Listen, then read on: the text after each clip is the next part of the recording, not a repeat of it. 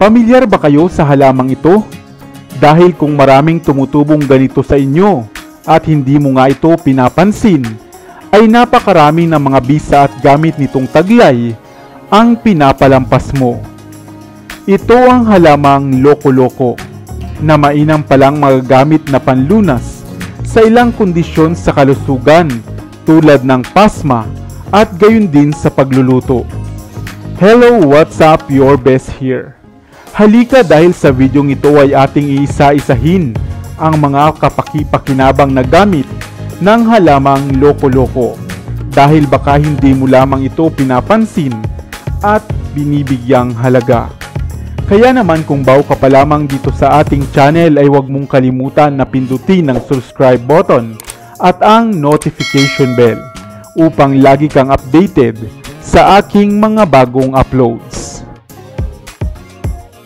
Ito ang halamang loko-loko sa Katagalugan, sangig sa Kabisayaan, veray o biday naman sa parting Hilaga, tulse, holy basil sa Ingles, at Ocimum tenuiflorum bilang binomial na ngalan.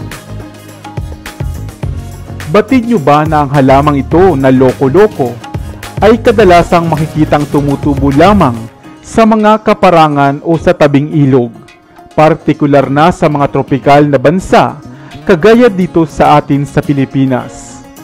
Mahalagang halaman ang loko-loko, hindi lamang bilang lucky plant sa bahay, kundi sa pagluluto, sa pananampalataya at sa pagpapagaling. Ang halamang loko-loko ay kagaya din ng kilala nating pangkaraniwang basil plant. Nagtataglay ito ng matapang na halimuyak, mapabulaklak man, katawan at dahon nito. Madalas nga itong isinasangkap sa pagluluto ng mga ulam at mga gulay bilang dagdag na aroma at pampalasa. Inilalagay ito sa pagluluto ng ilang mga pasta, alamang, daing, dinuguan at marami pang iba. Sa relihiyong Hinduismo naman, ito ay malaki ang ginagampanang papel sapagkat pininiwalaan nilang isang sagradong halaman ang loko-loko.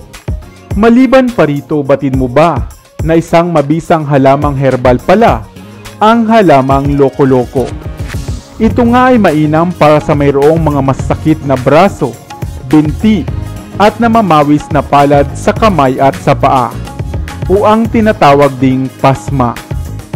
Durugin lamang ang isang tasang dahon nito sa ihi sa gabi at i-aplas ito sa namamawis na talampakan o kamay. Huwag kang mag-alala sapagkat mabango naman ito at mahalimuyak. Mainam naman ang pinais na dahon nito o ang pinainitan para sa mayroong alipunga at katulad pa nitong kondisyon sa balat. Maaari ding itapal sa ulo o sa sentido ng taong nahihilo o nahimatay ang mga dahon ng loko-loko. Kaya naman kung meron nga ng halamang ito sa inyong lugar, ay yun na itong alagaan at ilagay sa bahay. Maliban sa isa itong lucky plant, ay marami palang pakinabang. Bagaman kakaiba nga ang paggamit dito, ay labis naman itong epektibo at kapaki-pakinabang. Ikaw, kung mayroon ka bang pasma, nais mo rin bang gamitin o subukan ang dahon ng loko-loko? Ano naman ang tawag nito sa inyong lugar? Sana ay may bago kang natutunan sa videong ito. Iwan ka naman ng comment sa comment section sa ibaba. I-like at i-share mo na rin para naman sa kaalaman ng iba.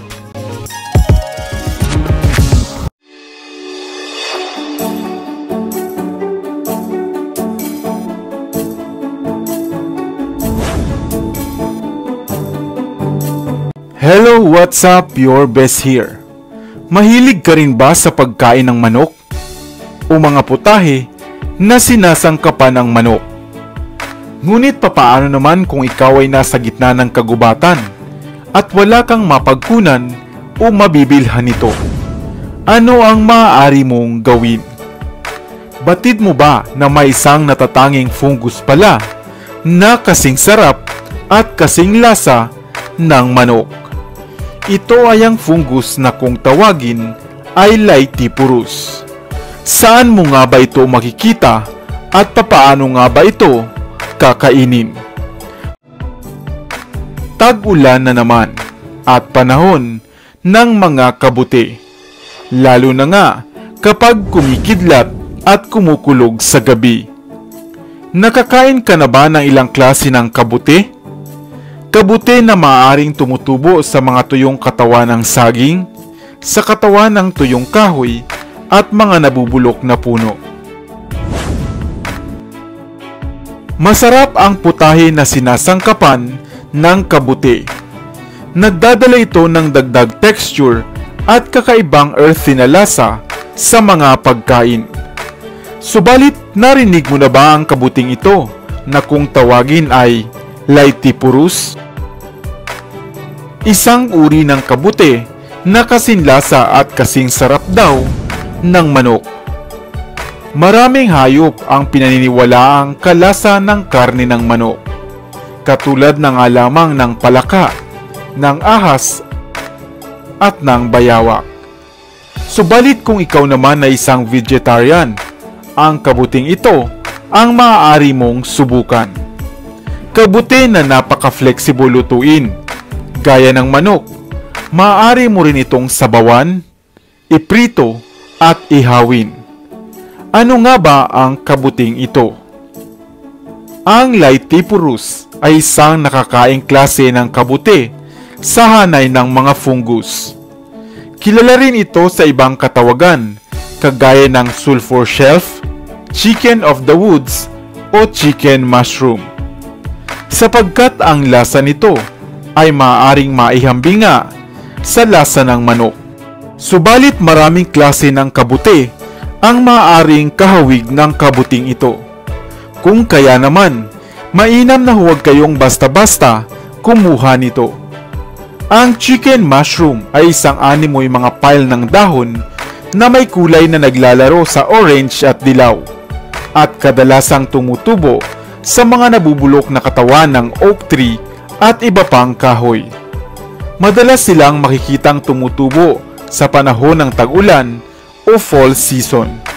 Sa bansang Germany at North America, isa nga ito sa kanilang ipinagmamalaking delicacy. Ang kabuting ito ay napakabihirang makita sa mga pamilihan. At kung pala rin ka man, ito ay may presyong maaaring naglalaro sa $25 o 1,250 pesos dito sa atin sa Pilipinas sa bawat kilo. Subalit ang pagkain mo ng kabuting ito ay nangangailangan ng tamang kaalaman, proseso at pamamaraan. Sapagkat ang ilan sa mga kumainan nito ay nakaramdam ng mga mild reactions kagaya ng pamamaga ng labi, pagsusuka, pagkahilo at halusinasyon. Kung kaya naman, mainam na kung titikim kayo nito ay pakonti-konti lamang at siguruhing ito ay sariwa at bagong harvest. At kung ayaw nyo namang isugal ang inyong kalusugan, ay maaari namang kayong gumamit ng mga mushrooms na mabibili at aprobado na makikita sa mga pamilihan. Sana ay may bago kang natutunan sa videong ito. Iwan ka naman ng comment sa comment section sa ibaba. I-like at i-share mo na rin para naman sa kaalaman ng iba.